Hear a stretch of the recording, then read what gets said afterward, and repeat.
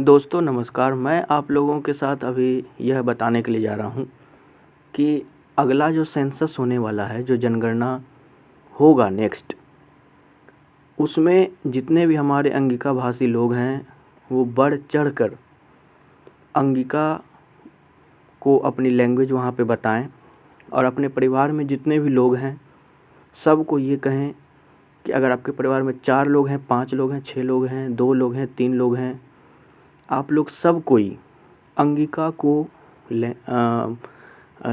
बोलें कि आपकी भाषा अंगिका है, वहाँ पे अपनी भाषा अंगिका को दर्ज करवाएं। और मैं आप लोगों को एक टास्क भी दे रहा हूँ।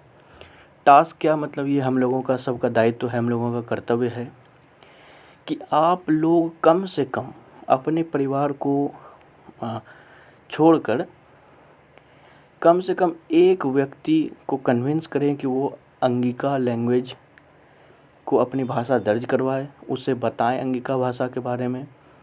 और जितने भी भोजपुरिया या मैथिल या बंगाली लोग रह रहे हैं अंग प्रदेश में, उन लोगों को भी यह कन्विंस करें कि वो लोग भी अपनी भाषा को अंगिका दर्ज करवाएं, क्योंकि अगर वो अंग प्रदेश में रह रहे हैं तो उन्हें अंगिका भाषा आनी चाहिए। ये कंपलसरी है। अगर वो अंग प्रदेश में रह रहे हैं तो वो अपने परिवार वालों के साथ, अपने रिश्तेदारों के साथ भोजपुरी में बात करें, मैथिली में बात करें, बंगाली में बात करें। उससे हमें या अंग प्रदेश को कोई मतलब नहीं। लेकिन आप जब अंग प्रदेश में रह रहे हैं तो अंग प्रदेश के किसी भी अंगवासी से यदि आप बात करेंगे तो आपको अंगिका में ही बात करनी होगी। जो लोग हिंदी को संपर्क भाषा के रूप में इस्तेमाल कर रहे हैं, तो हिंदी को संपर्क भाषा में आप इस्तेमाल कीजिए अन्य जगहों पर, लेकिन अंग प्रदेश में अंगिका ही कंपलसरी लैंग्वेज मानी जाएगी। आपको अंगिका भाषा आनी चाहिए। अगर आपको अंगिका भाषा नहीं आती है तो आपको सीखना पड़ेगा। और मैं अपने अंगिका भाइयों बहनों से कह रहा हूँ कि देखिए, हमारी जनसंख्या अब भेड़ों की तरह तो है नहीं। जैसे मिथिला भोजपुर में, खासकर मिथिला के सीमांचल के क्षेत्रों में कितना पॉपुलेशन है। आप ये देखें, बांग्लादेश से भी ज़्यादा फर्टिलिटी रेट है सीमांचल की, और इतनी अधिक उनकी भेड़ों की संख्या है, मतलब इतनी अधिक ब्रीडिंग है, इतनी अधिक जनसंख्या है कि मतलब क्या ही बोला जाए। हमारी तो उतनी जनसंख्या है नहीं। हमारा तो बहुत पर्याप्त है जनसंख्या। उसमें भी अगर बाहरी लोग आ जाएं, मैथिली लोग, भोजपुरिया लोग, बंगाली लोग आकर के और यहाँ की जनगणना में अपनी भाषा को दर्ज करवा दें, तो ये अंग प्रदेश के ही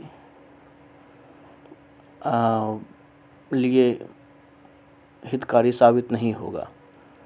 तो आप लोग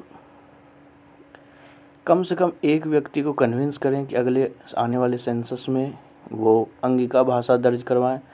और जो भी लोग अंगिका बोलते हैं और अंग प्रदेश से बाहर रहते हैं, वो कम से कम जनगणना के दिन या फिर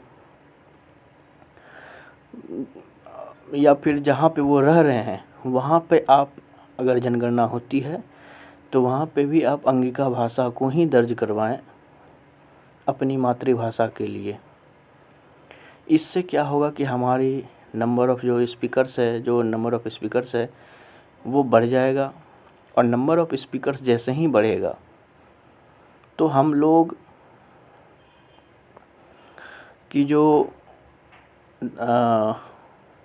मांग है वो थोड़ी मजबूत हो जाएगी अंगिका भाषा का दर्जा दिलवाने के लिए। तो आप ये देख लें कि अगला जो भी सेंसस होगा उसमें आप लोगों को अपनी भाषा अंगिका ही दर्ज करवानी है। अंगिका भाषा दर्ज करवाइए और लोगों को जागरूक कीजिए कि वो भी अपनी भाषा अंगिका ही दर्ज करवाएं। और आप जैसे ही अंगिका अपनी भाषा दर्ज करवाएंगे तो उसे या तो बिहार सरकार या भारत सरकार हिंदी की बोली के रूप में रख लेगी या फिर मैथिली की बोली के रूप में। तो हमारा उद्देश्य ये है कि हमें अंगिका तो दर्ज करवाना ही है, लेकिन शायद ही कोई ऐसा करे। लेकिन सिर्फ अंगिका नहीं, अंगिका के साथ अंगिका भाषा भी दर्ज करवाना। जैसे ब्रज है तो ब्रज के साथ कोई डायरेक्ट नहीं बोलता है कि ब्रज, ब्रज भाषा पूरा उसका नाम ही है ब्रज भाषा। तो हमें भी अंगिका के साथ भाषा शब्द का जो टाइटल है वो ऐड करना होगा, क्योंकि भाषा शब्द का टाइटल ऐड करने के साथ ही ये ऑटोमेटिक कुछ सालों में ये भाषा की जो स्थिति है उसमें आ जाएगा।